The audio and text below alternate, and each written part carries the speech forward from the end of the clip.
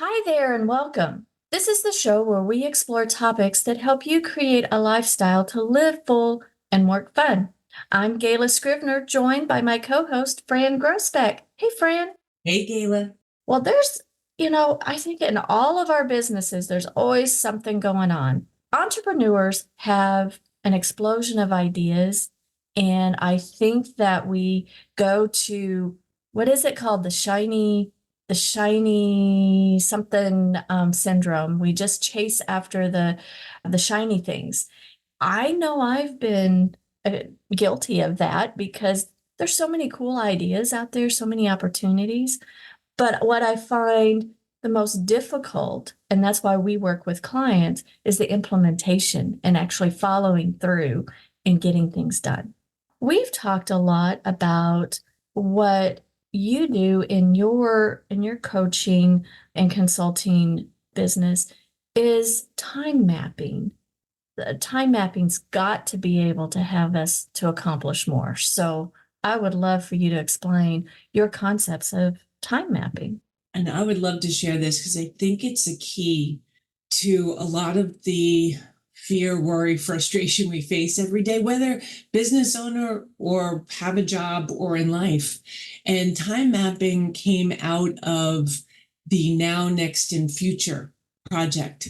When we came up and implemented Now, Next, and Future, one of the next things that came up was how do you fit it all in? How do you fit the now tasks in? And I will tell you, it was inspired by my husband. Time mapping was inspired by something he mentioned that he does in his job every week, which is this look ahead. And I took that and I merged it and I was thinking about it compared to what we were doing with Now, Next, and Future and what my team does on a weekly and monthly basis with a shared calendar that we use. And I realized the only thing that is limited to us is time. Everything else is infinite. Time is the only finite thing. Infinite ideas, infinite possibilities. We have infinite abilities. It just goes on and on. But time is only so much. And it's the one thing we have to work within. So taking all these pieces of information together, came up with a time map. Time mapping is based on see the month, plan the week, live the day. And I say live the day instead of work the day. Originally, it was work the day because you have to live the day. You don't know what life is going to throw at you. We are all human beings. You also know my philosophy that it's all personal. I don't believe in it's not personal, it's business. Well, it's all personal every day in our lives, right? So we could set the most perfect plan for the month. And then we get that phone call.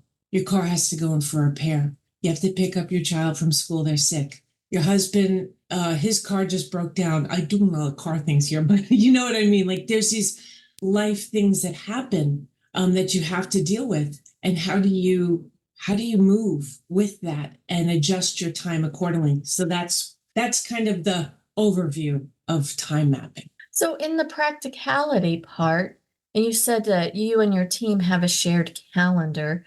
So you have this bird's eye view of the month. And what does the day or week of a life of Fran kind of look like when you're working with your team and working with yourself? Because before you formed the team, then you probably had and you coach your clients to take a step back.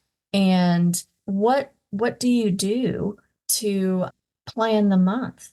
So the first thing is what most people, when they hear that, they think you're doing that once a month. Mhm. You actually get into a rhythm of looking at your month. And to me, a month is not January, February, March, April. To me, a month is 4 weeks. So either at the end of the week, whatever the end of your week is, whether it be a Friday or over the weekend, or whatever the beginning of your week is on the weekend or Monday, the first thing you do is you look at your calendar for that week as well as the following 3 weeks. Whatever happened before last week and the other weeks that led up to now, you're going to shift and adjust to make sure that those now projects are fit in there. What if last week you had assigned 4 hours for a team member to work on something and they had to get to the doctor? They had something happen. So how are we going to shift other priorities and where can teams move and shift? And Every block is not always filled, and that's to allow life to happen. I want to say this to everyone, white space in your calendar is allowed. A lot of people, especially in the Gen X generation, thinks that filling that calendar in every single block in every single spot is a badge of honor. It is not. And busyness is not a badge of honor. So it's more about quality than quantity. And if we need to increase quantity, we look at expanding team members or reaching out to other team members when we hit a project where it needs more quality time. So we do that set week. We in each of our individual calendars, there are blocks. So you asked, what does my week look like? So I have certain days where I am the lead account manager. I have certain days that I work on certain clients. Everything, I want to say, point this out, in a time app, everything is flexible, adapt and flow. You're going to hear this all the time from me. It is the foundation of what we do here. If I can, I will. If I can't, I'll adapt. So if I get to a day that's supposed to be client A day, but client B has a deadline suddenly that I need to do, and it's okay if I shift time from client A day to client B day and vice versa, I do that. If I hit an obstacle, I look at how do I work around it? How do I get over it? So we adapt and flow. So these blocks of times, there's small blocks, but there's small blocks that allow for shifts, urgent emails, and those kinds of things. But I have days where I say, I know each week I need to do X for clients, I need to do X for business, and I need to do X for myself. We also break time mapping into what your goals are, both for yourself, we call it yourself, your tribe, and your plan. So your tribe is whoever you consider your family, friends, people that are important in your life, and your plan is your path is your career, your work, and your for yourself are things you want to achieve. So in this time map, we'll include things like my time that I go to the gym. It'll include time where I want to do something with my daughters. It'll include going out to dinner with my husband, as well as all the work components. One of the biggest mistakes we see in time mapping is when you don't account for the personal stuff. I can see that because traditionally calendars, especially in the corporate world, we kept calendars for our work stuff. And since work and life are so integrated, we might write down our appointments, but we don't necessarily write down the doing part and write down that, hey, this is me time, or this is family time, a special event, and it is okay to have those on your calendar. I think you brought up a very interesting point of it's okay to have white space on your calendar. I'm in a phase right now that I am shifting how I do my calendar because I do blocks of time. I want to account for that. And I have particular times that, we both use Calendly so that people can make appointments with us. And we have certain open days and certain open blocks that we can do that, which has been a life changer since I implemented that, because people can find time on our calendars and it's great for that. But on purpose, I did not have my phone call days just willy-nilly every day of the week, any time of the day, because that is just not reasonable. We can't be on 24/7. Even though we have our phones on 24/7, our office should not be open and we shouldn't be available 24/7 because we need that break. But let me go back, having the white space, because I got into the habit of filling time blocks all the time. And even like, okay, this is going to be for my lunch and this is going to be for this. And I'm going to have dinner with friends or whatever. And having my calendar all full kind of got a little stressful, even though some of it was the me stuff. I did end up, there's some professional development meetings and workshops and things that I wanted to do, I color coded it for that so I could have a certain percentage of that in my week and month. Do you have like a gut feeling of like what percentage of our calendar do you suggest to be just open so you don't get stressed out? So it really varies by person and what they have, but I say at minimum, you should have a 5% white space in there somewhere. I also say weekends should be more open. So it could be a higher percentage. Weekends, depending on your job and what your business is, weekends, you should not be, and I'm saying this as an entrepreneur, and I've been there. I know we can do this. You shouldn't be working 7 days a week, 10 hours a day. I don't care what you have, you cannot burn out. If you'd rather work on the weekends and make Tuesday your day, that's white. So Well, I think that you just brought up a really great point. As entrepreneurs, we can choose our weekend. mhm. What if you have to work through a weekend, like you and I have had to do before, and then you just say, okay, this week, this is what adapt and flow is all about. There's no hard and fast rules. Some weeks you may not be able to put even 2% white space in your calendar. Some months you'll be able to put 20% and catch up. It's all about, this is the real secret to work-life balance. Some months, we've talked about this before, Gayla, it isn't about every single week getting a good 50-50 split. This is about, okay, what's on in my life right now, and where does my focus need to be? Okay, it needs to be work right now. I'm coordinating an event for a client. That's where my majority of my time goes. I will still make sure that I give my personal life for myself and my family some time, but it is going to be dominated a little by work. Okay, now next month, my daughter's graduating from college, so it's going to shift. My personal life is going to be the dominant, because I'm not missing out on one of those events. So it's more about finding that flow. It's that adapt and flow and seeing where the time needs to be. And when you manage your time map well, it allows you to flow. And it allows you to flow with a free mind. And I use free mind in the sense of there's none of that guilt, shame, regret. Oh, I should be doing this. I should be doing that. When you have a good time map working and you're giving each part of your life, your goals, its due time, you will be amazed also at how time moves for you. I have shifted since I've implemented time mapping. I still hear a lot of people go, "Oh my gosh, can you believe the month is already over?" I don't feel like that anymore. It's the most amazing thing when you have a time map and you are using time as a resource into your benefit, it slows down. And it's an amazing and powerful feeling. I no longer get to the point and I go, wow, look at how I used that month. That was cool. And what did I learn from it? Okay, I could do this better. All right, so I'm going to implement that in this next round. So it's important to be flexible. That can be hard with some people. They like their calendars and they like certain things set a certain way.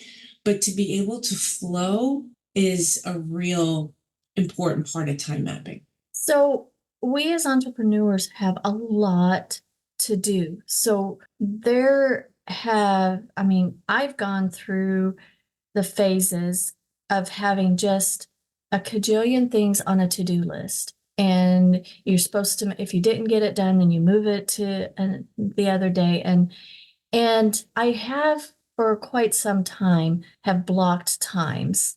But I think sometimes right now, because I'm shifting, and I think that with your adapt and flow, we need to experiment. If something's not working, we need to shift a little bit to see if we can up our production or shift certain things that aren't working.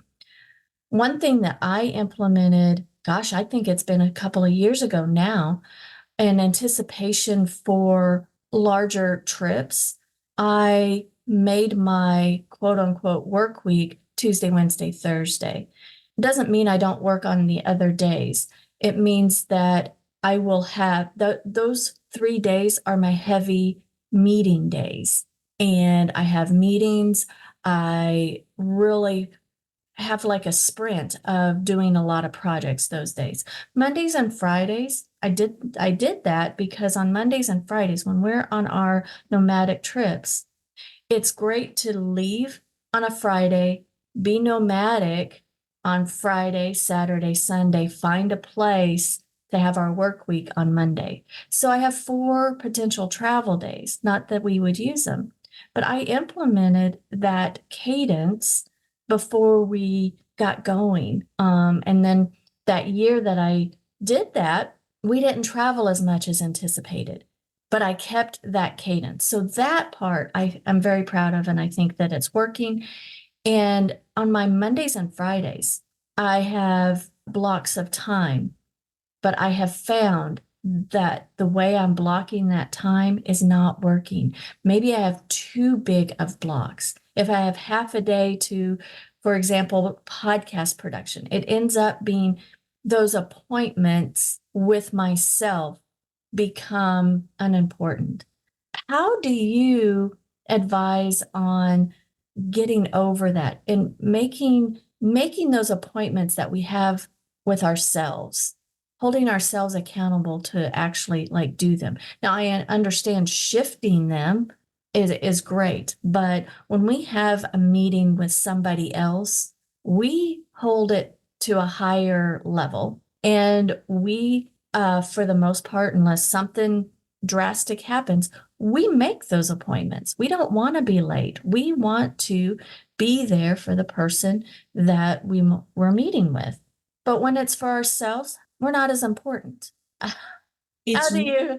I love that you're asking this, Gayla. It is one of the most important parts of the whole process. Where you're this point, which comes up in time mapping, is actually the foundation for the biggest shift and change. So I'm working with clients that, we're a business development and strategy firm. So we help them set their sights on where they want to go. And again, it's all personal. If you keep breaking those appointments with yourself, you're sending the wrong message to yourself. You're saying that you're not as valuable as your clients, you're not as important as your clients, and that may sound odd to some, but it really is. In marketing, we have to study psychology and how the brain works, and this is a fact. They even have studied even snoozing your alarm in the morning. If you hit snooze after so many times, you're actually saying to yourself, my time doesn't matter. There's all kinds of different studies on this, but the bottom line is that when we hold those blocks and we commit to them, we're sending the right message to ourselves. So what I say is, and there's a lot of different theories on this, from 30 to 40 days. Pick your number. You can even pick your own personal number. I always do 40 days, where I can't, when I put the blocks in my calendar to start my current practice at the gym, when I decided to commit myself to the gym, I said, for 30 days, these blocks can't move. I did that. They couldn't move. Now it's in me. That is part of my calendar now. It is a habit that I commit to myself. Will it move if I need to put something? Yes, but it never comes off. It could move. I work out in the evenings. It could work to the morning. I can move it to the morning if I have to go somewhere at night, but it will never be skipped because now it's part of me. It's part of what I do. So what I say is, find a block, and you have to take the time to find that spot in your calendar that really will work. You could set yourself up for failure by putting it in a time where you have to pick your kids up for school, or putting it too early in the morning where that's your time to have your coffee and kind of wake up. Find a realistic spot in your calendar and lock it in for 30 days. Can't move. Make it a color like red. And that leads me to one other thing. Color blocking is a big part of time mapping. So putting it in as a color that you like. I put breaks in my calendar. Breaks are purple. So when I look at my month or I look at my week, when I see the purple, I go, oh, okay, I can catch my breath there. But make it a specific color. Don't change it for 30 days. Make it a habit, and then see not just what it means in your productivity and time, but see how you feel. It is the most empowering feeling, especially for those of us who I'm gonna say this, and I apologize ahead to men who have been through this, but to women who were expected to do so much and be so much, whether you're a mother or you're single, but as women, there's these expectations on us, and we tend to put ourselves last. This creating of this habit, when you get to those 30 days and you've done it, there is this absolute power unlocked in you that you feel like you can do anything. Awesome. I love that.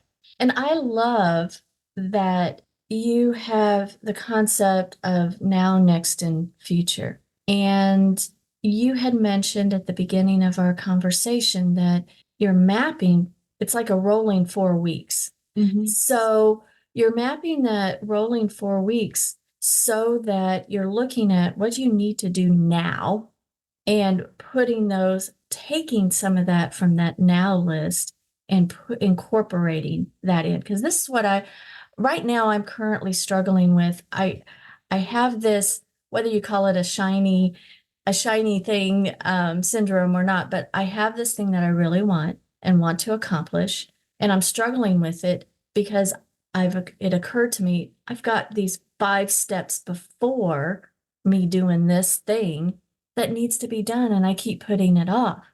And having it written out and chunking it down. I'm all about chunking it down. And isn't it's interesting to me that I'm good at chunking down for other people and helping them plan out and pulling the reins on folks. But then when it comes to me, pulling the reins on is like, well, I know I need to do all of this stuff because, I do it for our clients, but I skip ahead and I have unrealistic expectations of myself. And I think that we as entrepreneurs, we're good at helping other people solve their problems. And it's okay to have help to solve our own problems.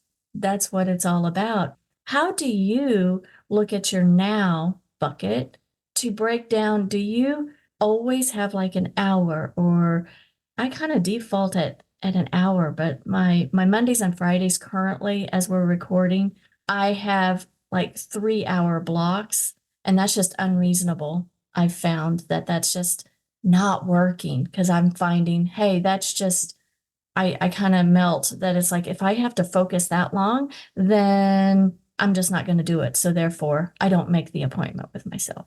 You touch on an interesting topic. So we also have produced what we call the 10 touch timers. They are timer cubes, and the cube has different times on each side. I personally don't feel it's realistic to work on any one thing longer than an hour. I think that you can do something for 3 hours, but you've got to stand up, walk away, look somewhere else. I don't care if you just look away from the screens of your computer for 15 seconds.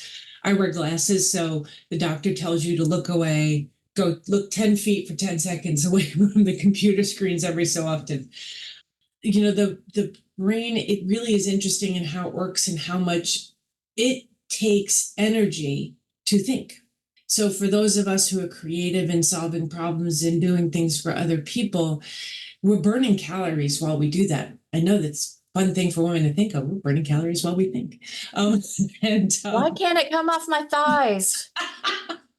Goodness. You burn up energy just working and thinking through these problems and creating, so you have to take these breaks. So I always recommend to use the timer to say, yes, I have this big project ahead of me. I'm going to set it for 60 minutes. And even if at 60 minutes, I prefer that you stand up, even if it's at your desk, and sit down before you start the next hour, just to like stretch and like get the blood flowing again. Walk away if you can, walk your dog, do something, and then set the timer again if you have to keep going. I also want to touch on one other thing. One thing that we teach in time mapping is the power of the minute. A minute sounds really short. We have another timer. It's called our break cube, and the break cube has 1, 3, 5, and 10 on it. Doesn't sound like a lot of time. I challenge people to time some of the tasks they don't like doing in their house, or the tasks they do like doing in the house they don't, or that they do like doing, but they don't think they have the time during the day. So for example, I know it takes 4.5 minutes to empty my dishwasher. I've timed it. I also know, because I have a Keurig, and the process that I take to make a cup of coffee takes me 2.5 minutes to make a cup of coffee because I have to blend it. what happens is there sometimes are these little tasks at work that we do, making a mobile deposit of a check that we tend to leave up and pile up on the side. But when we learn the amount of time it takes, you can fit it in these times where you finish a project, you still have 15 minutes left. Okay, great. I'm going to deposit that check. Or as soon as you get the check, you're going to deposit it because you know it only takes 2 minutes. It's really amazing what 60 seconds, what 120 seconds, 180 seconds you can do in that time. And what we often think, which works against us, we don't have enough time to do that, but we do. We really do. I know it takes me 10 minutes to walk my dog because she will only walk around my block. So that's one of my breaks. But I see what you mean about the 3 hour block. I have 3 hour blocks in for certain client, but I do break it into 1 hour chunks. I I like that. It would, then you have purple in between. Yep. And you just know I need to get up and stretch and not, and the other thing I recommend too is for those of us who do creative work, when you work on something after 3 hours, leave it overnight. Unless it absolutely has to be there that night to the client end of day, let it marinate for 24 hours, because even with breaks, 3 hours is a lot of time. 4 hours, anything over 2 hours is a lot of time to put into something. And sometimes you have to take a step away, send it to your team, ask them what they think and ask them to respond to you overnight, or just leave it on your desk overnight, come back to it in the morning. You'll be amazed how in 15-20 minutes the next morning you'll clean that up and it'll all click and come together, and you'll see where you might have gone down the rabbit hole while you were tired. We can really make time our friend, and there's a lot of easy tools. And when we do time mapping and we have the timers, you don't have to use any part of it. With just like everything else we do, Gayla, what I teach in time mapping, you take what works for you and you leave the rest. And it really is such an empowering tool. I'm seeing the difference in my team. I'm seeing the difference in my own life. I've seen the difference in my clients' lives. So I'm really excited to, as we're recording this, we're in the final stages of preparing the package that I'm going to launch on a bigger, grander scale. So I'm really excited to show people what time mapping can do for them. It's the one part of our lives that we think controls us. And I don't like the word control. We can begin to flow with time and work with time to make it our ally. I love that. Well, Fran, I know that at the time of us recording, you're working up a particular structure to your program that involves time mapping. But, and I know that in our show notes, we have your contact information, but why don't you give a shout out on how can people follow you to make sure that they are able to know how to reach out to you? Wonderful. Thank you, Gayla. So you can go to our website, 10touchcreative.com, and that's the word 10, TEN. And on there, you can click and follow us on Facebook, Instagram, or LinkedIn. And we are putting a lot out there on social to keep people updated on the new programs that are coming. So that's the best way to follow us. And if you have any questions, you can also reach out to info@10touchcreative.com.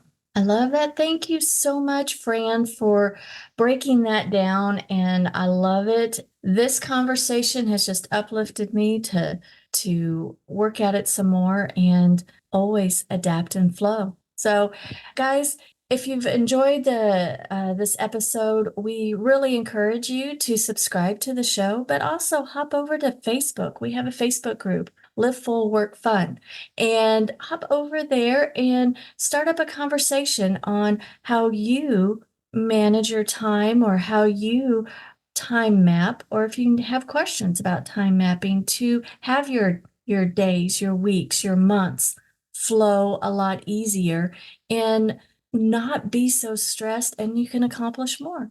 Thanks everybody for listening, and until next time, have a fantastic week. Live full, work fun.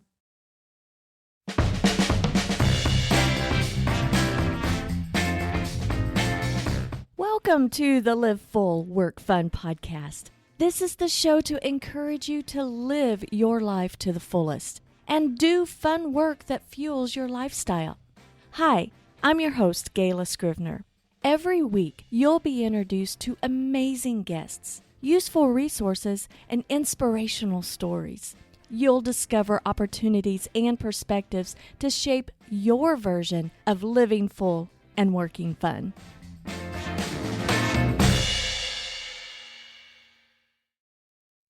Before we get started with the show, I have a question for you. Are you a busy solopreneur struggling to find the time to consistently post to your social accounts? Well, the Scrivener Solutions team and I are introducing Scrivener Social, the easy-to-use social media scheduling platform paired with all of our workflows.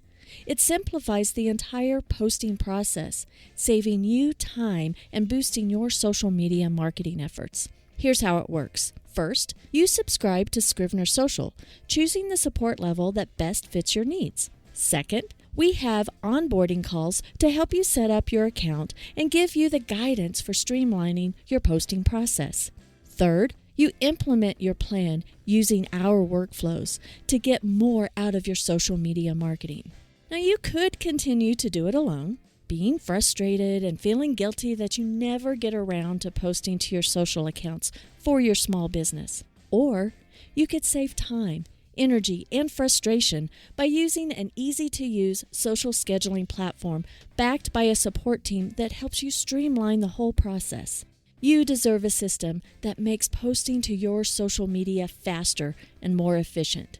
Go to scrivenersocial.com and subscribe today. Now, on to the show.